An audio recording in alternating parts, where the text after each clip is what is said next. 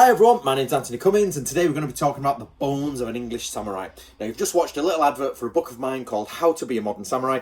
This video supports that, so please do get a copy, and it's about how you can use the historical and authentic ways of the samurai for the way to change your mindset today.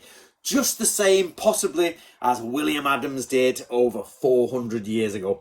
Now, if you're unaware, there was a guy called William Adams, born in the mid to late 1500s, at the same time as Shakespeare. He was a seaman, and he was born in London, in Kent, I think. And he went out to sea, and he faced the Armada and all that, the Spanish Armada. He was quite well up in the company. I think it was the Limehouse Company he was associated with, and he ended up on a Dutch ship going to Indonesia.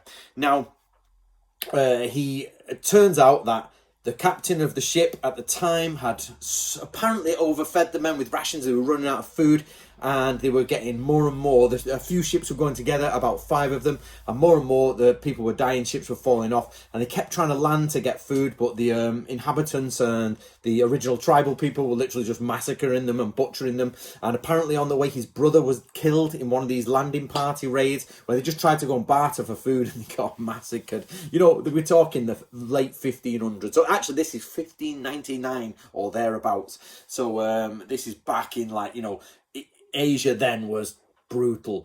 So and he's in Southeast Asia, Indonesia and places like that. So he's having a lot of troubles. So in the end, out of 100 crew, 24 are still alive, and a few of them can only just stand, and they land in Kyushu. Now they get there, and he obviously gets off, and at this time, it's the year 1600 and it's April. So what is going on in Japan? So basically, Tokugawa Ieyasu is on his way about to start the Sekigahara campaign. Okay, now that means Mitsuhide and him are about to go head to head, loggerhead, within 6 months, and there's going to be the greatest battle of samurai times in all time. And William Adams gets there, and he's literally becomes Hatamoto inside of that space, and he gets to build a ship and all this. Obviously, it takes some time. Sorry, I don't know what that was. My other computer is just going mad. So it takes some time.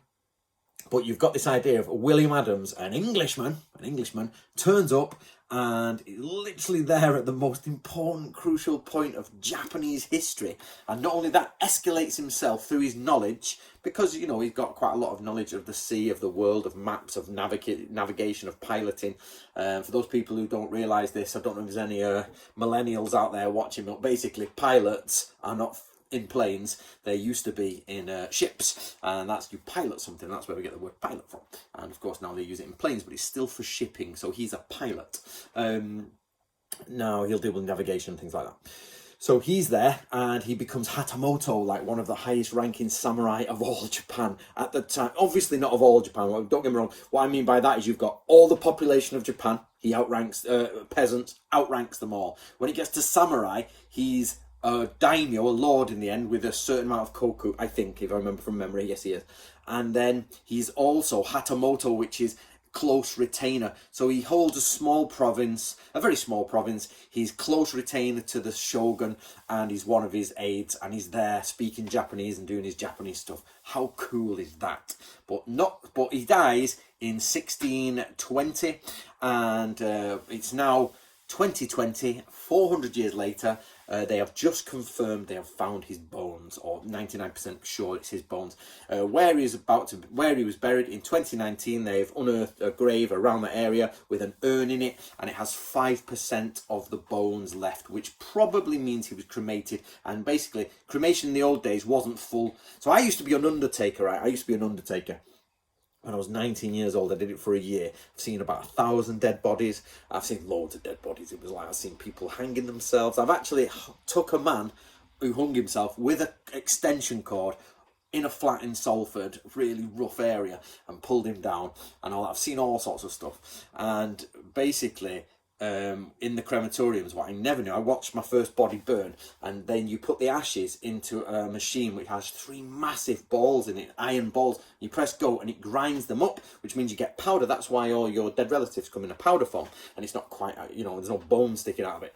But in Japan, of course, they don't have this, so you should burn them, and used to use chopsticks to pull out the bones. That's why you never stick chopsticks in anything in Japan, because it pulls out the bones in the cemetery.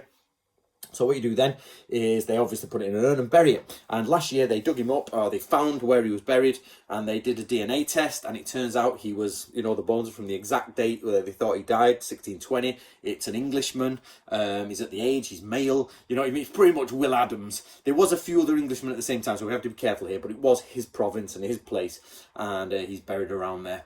So how cool is that? Now, there is an article, I'll try and link it below, by the Daily Mail, which where some of this information comes from. Some of it's from a book I've read, but I don't quite remember what his interaction is in the Battle of Sekigahara. So if you know that, please let us know below.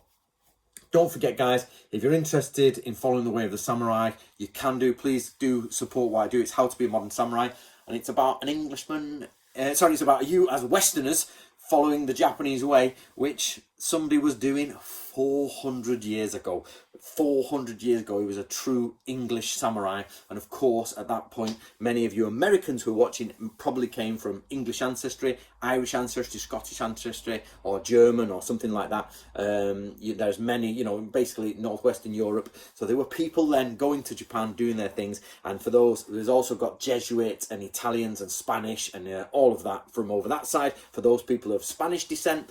So you can all get involved with How to Be a Modern Samurai. So thank you very much for the support. Do enjoy the little bit of the article I'll try and post for William Adams. Tell me, do you think anything's wrong in that article?